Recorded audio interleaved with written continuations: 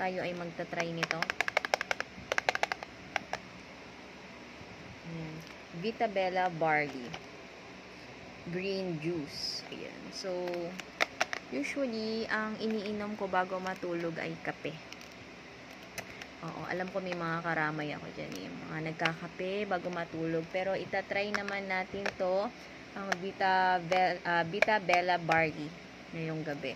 Pero ito, ang pagtitake down nito ay 30 minutes bago kumain. Pero kanina kasi kumain ako ng isaw.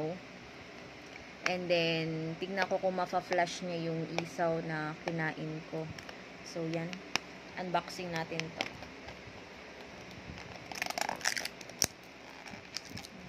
So, expiration niya, ginawa siya June 2024. Expiration niya ay 2026 ng June. So, 2 years pa lang, ano nito, lifespan. So, ang serving suggestion niya ay, ayan, and then, cold water. Pero parang gusto ko siya hot water.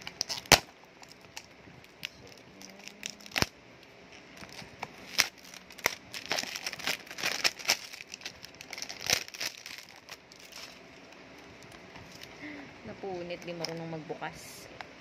Yan.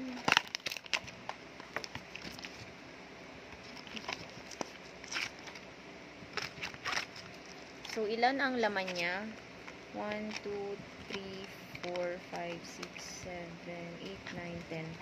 Ayan. So, 10 sachets.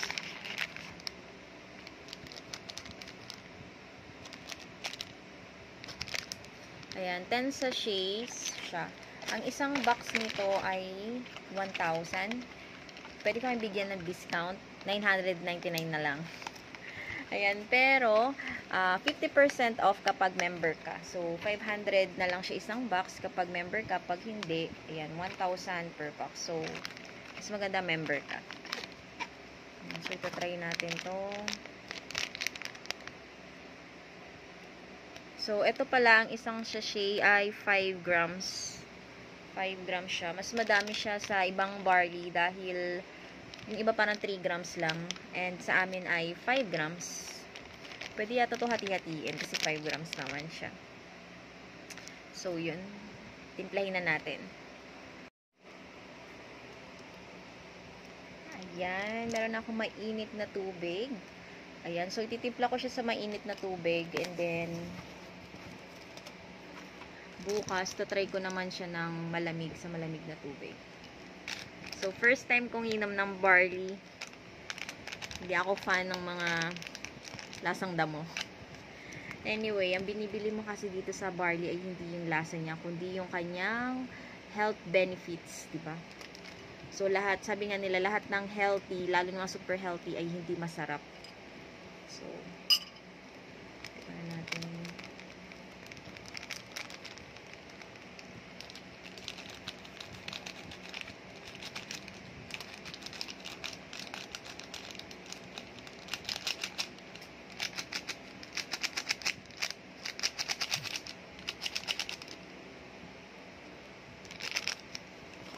Usual, amoy damo. Para siya amoy matcha. Hindi rin ako fan ng matcha.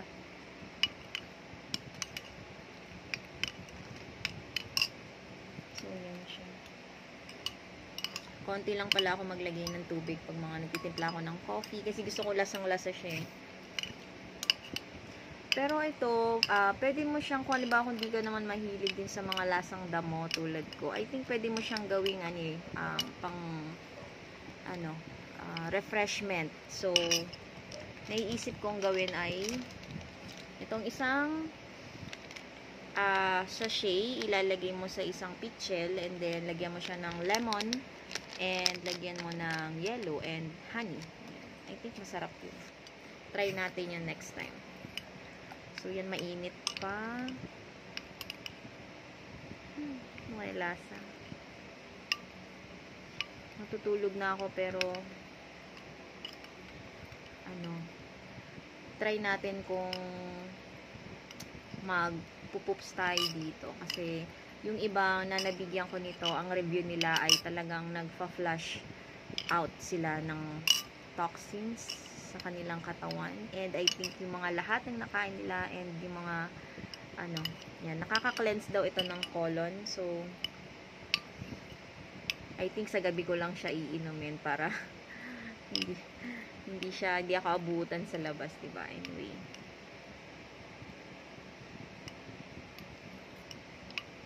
Amoy siya.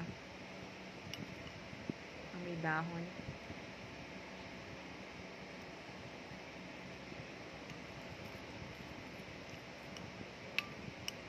Lasang dahon.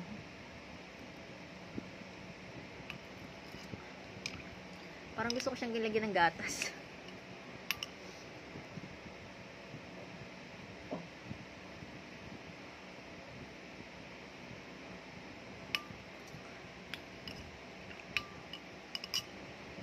So, bilisan natin.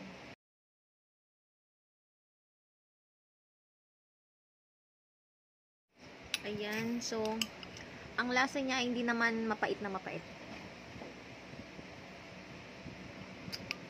Tolerable naman siya na parang pwede na.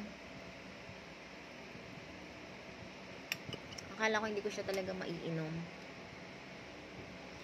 Pero pwede na. Parang may pagka creamy din siya. Pero okay naman.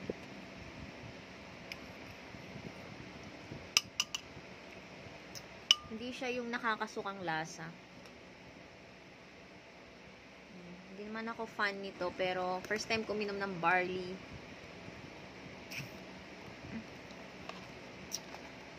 Vitabella.